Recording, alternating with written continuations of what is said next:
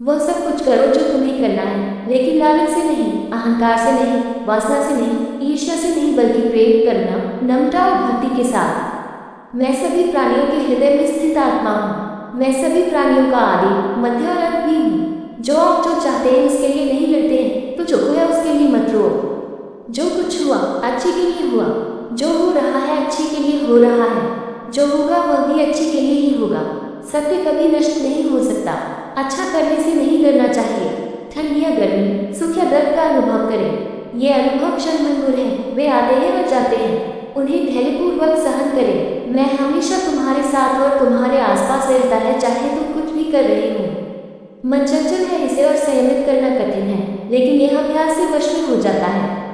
इस शरीर का मोह मत करो, ये तो माटी है, माटी में मिल जाएगा। अमर तो आत्मा है जो परमात्मा में मिल जाएगी। आप वही है जिसमें आप विश्वास करते हैं। आप वो बन जाते हैं जो आप मानते हैं कि आप बन सकते हैं। जिस इंसान के चारों तरफ नकारात्मक लोग रहते हैं, उस इंसान का मंजिल से भटक जाना तय है। अपने अनिवार्य कर्तव्य का पालन करें, क्योंकि क्रिया वास्तव में निष्क्रियता से बेहतर है। श्री कृष्ण कहते हैं कि समय हमेशा चलता रहता है, कभी रुकता नहीं। यदि आज बुरा समय है तो कल अच्छा होगा। इसलिए आप बिना किसी स्वार्थ के सिर्फ कर्म कीजिए। फल समय खुद देगा। मनुष्य का जीवन केवल उसके कर्मों पर आधारित होता है। वह जैसा कर्म करता है उसका जीवन वैसा ही हो जाता है। जीवन में आदि दुख इस वजह से आते हैं क्योंकि हमने उनसे आशाएं बना रखी है जिनसे हमें नहीं बनानी चाहिए थी। जिस मनुष्य ने अपनी जवानी में बहुत सारे पाप किए वो उसे बुढ़ापे में नींद नहीं आती है। मैंने ही इस सृष्टि की रचना की है, मैं ही इसका पालन पोषण करता हूँ और मैं ही इस सृष्टि का विनाश अर्थात करता हूँ। जब जब संसार में धन की हार होगी और अधर्म की विजय होगी, तब तक मैं इस संसार पर अवतार लूंगा। धन कर्म से होता है, कर्म के बिना धन की कोई परिभाषा नहीं है। हमारी आस्था की परीक्षा तब होती है जब हम जो चाहे वो हमें न मिले और फिर भी हमारे दिल से प्रभु के लिए शुक्रिया ही निकले। लोग अक्सर सच कहने से बचते हैं या डरते हैं, पर सत्य कभी छुप नहीं सकता और न ही कभी मिट सकता है।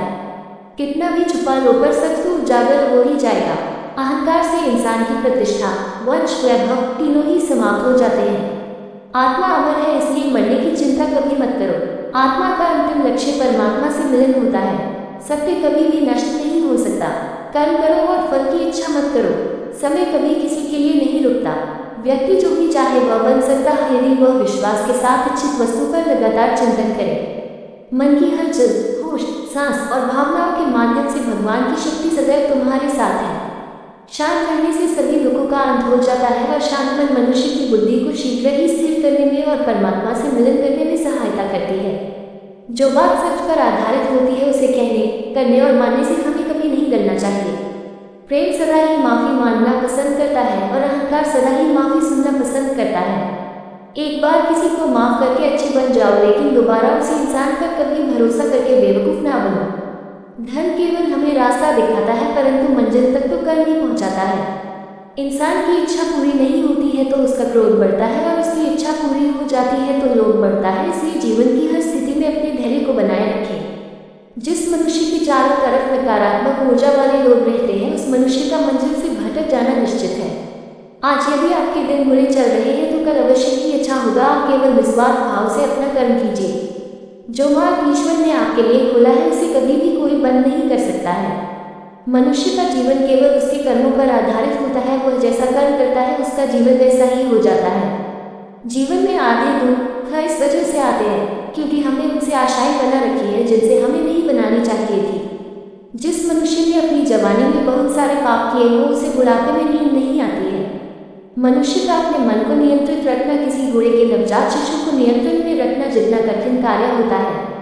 मनुष्य के जीवन में सुख दुख का आना जाना सर्दी और गर्मी के आने जाने के समान है, इसलिए हमें इन्हें सहन करना सीखना होगा। निर्बलता ईश्वर देता है, लेकिन मर्यादा मनुष्य का मन स्वयं निर्माण करता है।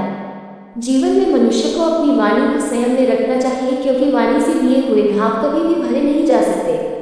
मनुष्य अपने जीवन में उनके लिए शोक करता है जो इसके योग्य नहीं है। बुद्धिमान व्यक्ति किसी जीवित या मृत के